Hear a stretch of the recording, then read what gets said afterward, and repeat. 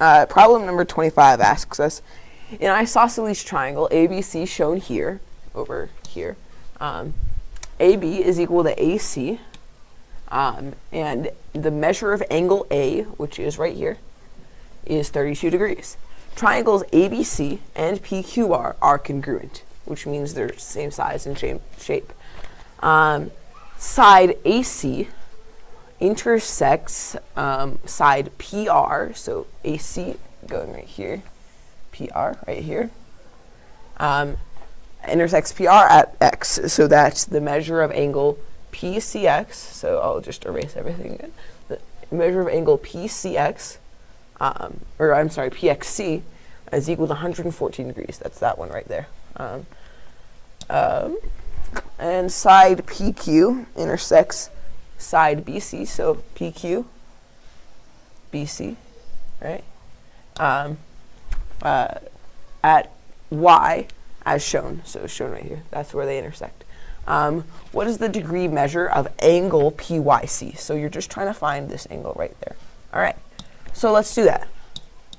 The first thing we're going to do to find the measure of that angle is, well, let's think about what we can do. Well, we see a lot of triangles here, so let's just start off and label some angles that we know. Well, first off, we can start with this angle right here, this angle at X, right there. So for that one, we can say that, well, we know that this is a straight line, AC is a straight line, and we know that this angle right here is 114 degrees, and since any straight lines like this, the angle right there is always 180 degrees, we can subtract 114 from 180 to see that that angle is 66 degrees, right? Well, we also know that's the same over here. Again, straight line, 180 degrees, so that's also 66 degrees. Okay, so for, let's do something else. What other angles can we find? Okay, well, we know that these triangles, ABC and PQR, are isosceles triangle, which means that the base angles of the triangle are the same, right? So if the base angles of the triangle are the same, we know that, and since the angles in a triangle all add up to 180 degrees, we can say that the base angles of the triangle here and here are equal to 180 minus 32, and all of that divided by 2, right? So let's find that out. What is that? So 180 minus 32 is 148. 148 divided by 2 is equal to 74, okay? So we know the base angles are 74, so we can go ahead and erase the rest of that. Just note, keeping in mind that the base angles are 74 degrees, okay? So, well, let's look at this. We want to find this angle here, right? PYC, right here, all right? So if we want to find that angle, well, what can we do? The first thing we can do, as up here, we're labeling angles based on the fact that we knew they were the 180 degrees on a line, and you can subtract one angle. We can do the same for that. If we find this angle right there, not that arc necessarily, but this angle right here at BYP, right there, that angle right there. So to find that angle, what are we going to do? Well, we know that the base angles of this triangle are 74 degrees, so we can label that angle right there as 74 degrees. Okay, so now we just have to find one more angle in the triangle to find that last angle. So what can we do for that? Well, we can start finding the angles of other triangles and trying to work our way over there. So this little triangle up here in the corner, we know that angle is 74 degrees because that's a base angle of the triangle. From there, we can know that since all the angles in a triangle add to 180 degrees, that this last angle in the triangle is, that angle right there is 180 minus 74 minus 66, which would be 180 minus 140, right? Yeah, 140. So that angle right there is 40 degrees. Okay, I'm just going to clear most of the annotations, and I'll only rewrite the stuff that's important. So this angle, 66, This angle, 74. This angle, 40. Okay? So, from there, once we know what those three angles are, we can find out the angles of this triangle. Well, we know this is a vertical pair of angles right here. This angle right here, well,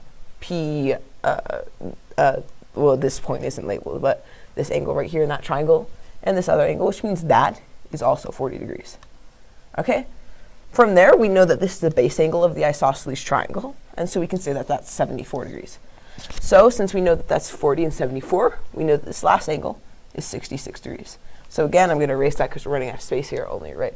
The important stuff again. So, we know that one's 74, that one's 40, and that one's 66. Okay, so from there, what can we do? Well, we can say that since this angle is a straight line and that's 66 degrees, that we know that this is 114 degrees right here. That angle at R and this unlabeled point, and then B. So that's 114 degrees, which means this angle in here is also 66 degrees. So another vertical pair of angles. From there, we know that this angle right here is 74 degrees because it's the base angle of the triangle. Well, we know what that means. That means that this last angle here is 40 degrees again. And from there, we know that since PQ is a straight line, and this angle is 40 degrees, this one has to be 180. This PYC right here has to be 180 minus 40, so it's 140 degrees. So that's how we get our answer up here of 140 degrees. So then the next problem. Problem 26, right there, 40 degrees. Okay, so problem 26 tells us, the integers 1 through 66 are arranged in 5 columns, A to E as shown, where column C contains the multiples of 3. What is the sum of the numbers in column D? Well, let's look at this. Column D, what are the numbers we see in there? We see 5 and 11, all right? And we think, well, this number that's 1, 2, 3, and then we have 4, 5, 6, right? So we know between numbers in D, there's going to be 1, 2, 3, so 4, and then 5, right? Then there's going to be a total of 6 between each number of D, right? So this is the first number. There's 4 that comes before, but after that, right, we see there's 1, 2, 3, 4, 5 numbers between it. So we have to add 6 every time to get to the next number. So let me just erase that really quickly. So we know that this, the numbers in column D are going to be an arithmetic sequence that goes up by 6 every time. So we can write out the numbers in the sequence as 5, 11, 17, 23, 29, 35, 41, 47, and 53. Because 53, 59, and 56. Or not 56, 65. All right. So 59, 65. Because these numbers only go up to 66. So we have that arithmetic sequence there now, okay? And, well, how do we find the sum of an arithmetic sequence? We know that. We know the sum of an arithmetic sequence is equal to, if I can remember really quickly, it is the sum of an arithmetic sequence would be equal to, where R is the range of the numbers, divided by C, the counting number, plus 1, and all of that, we're going to multiply that by S, which is the sum of the first and last number in the series, and divide that by 2. So that's the formula we need to plug this into. So let's start off. Well, what's the range of this? Well, that's 60, right? So 60 divided by 6, which is the counting numbers, 5, 11, right? So that's going to be 10. So I'll erase that really quickly and put 10 in its place.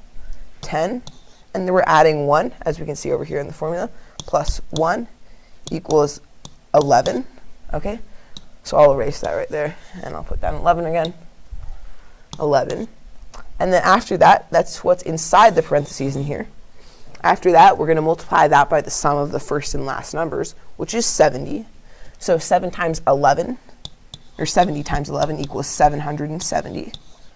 And then finally, we're going to divide all of that by 2, which will get us 770 divided by 2 is 385, which is the answer for number 26. Okay, so let's erase that really quickly. All that work. All right, moving on to the next problem, number 27. On Monday, a worker began painting a fence at 8 a.m. At 10 a.m., 2 more workers showed up and helped the first worker paint. The 3 workers finished the job at 11:30 a.m. On Tuesday, the first worker began painting an identical fence at 8 a.m. The other 2 workers showed up earlier this time, and the job was finished at 10:54 a.m. All 3 workers paint this at the same constant rate. How many minutes did the first worker work alone on Tuesday? Okay, so let's think about this. If the first worker is working alone for 2 hours, right, that's 120 minutes of work, right? Right there from 8 a.m. to 10 a.m. because it's just him working alone, so it's 120 minutes of work, right? Then 2 more people show up and work with him for an hour and a half. Well, that's 90 minutes that they're working, but there's 3 people working, so we can say that's 270 minutes of work. If we add those together, we'll find that to paint one of these fences takes a total of 390 minutes of work, all right? So I'll erase these numbers over here, and we can remember that to paint a fence of this size, it takes 390 minutes of these painters' work. So the second day, we know that the workers show up before 10 a.m., but for the purpose of finding it, let's first start off saying that they show up at 10 a.m. So that would be 120 minutes of work alone, plus 54 minutes of work of all 3 of them together, which would be 162. So we add those together, and we see, oh, well, if they showed up at 10 a.m. again, that would only be 282 minutes of work, which is 108 minutes short of finishing the job, all right? So we know that's not correct, but let's think about that. 282 is 309 minus 108. So if we'll erase this really quickly, we'll say if they show up at 10 a.m., they're 108 minutes of work from finishing, okay? So, well, let's think about it. What happens every time the 2 workers show up a minute earlier? Well, the amount of work done increases by 2 minutes worth of work. If you think about that, because we're moving those 2 workers, we're giving them an extra minute to work, so it increases by 2 minutes. So, well, let's say we need those 2 minutes of work per each minute that they move back. So this could be a little hard to understand, but if you say, you can see that every minute before 10 a.m., so let's say 9:59 a.m., if that's when the workers showed up at, they would be doing 2 more minutes of work together than if they had showed up at 10 a.m. All right, so what we can do from there, since we know that each minute earlier that the workers show up adds 2 minutes of work to the total amount of work done, we can divide 108 by 2 to get 54 minutes earlier that these workers need to show up. Well, if we know that the worker had been working alone initially on the job before we figured this 50 more minutes out for 120 minutes, we can subtract 54 from 120 to get that when the workers showed up on the second day, he had been working alone for 66 minutes, which is our answer for that problem. Okay, so I'm just going to clear this really quick, and we'll move on to problem number 28. Okay, so problem number 28 asks us, triangle LMN shown here has an altitude MH, so that altitude, MH is right here, drawn to side LN. The circles are inscribed in the triangles MNH and MLH, tangent to altitude MH at A and T.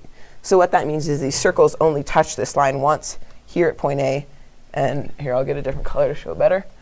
So these circles only each touch this line once, here at point A and here at point T. Okay, so the problem then tells us that the length of MA right here to the length of AT to the length of TH is equivalent to 4 to 2 to 1.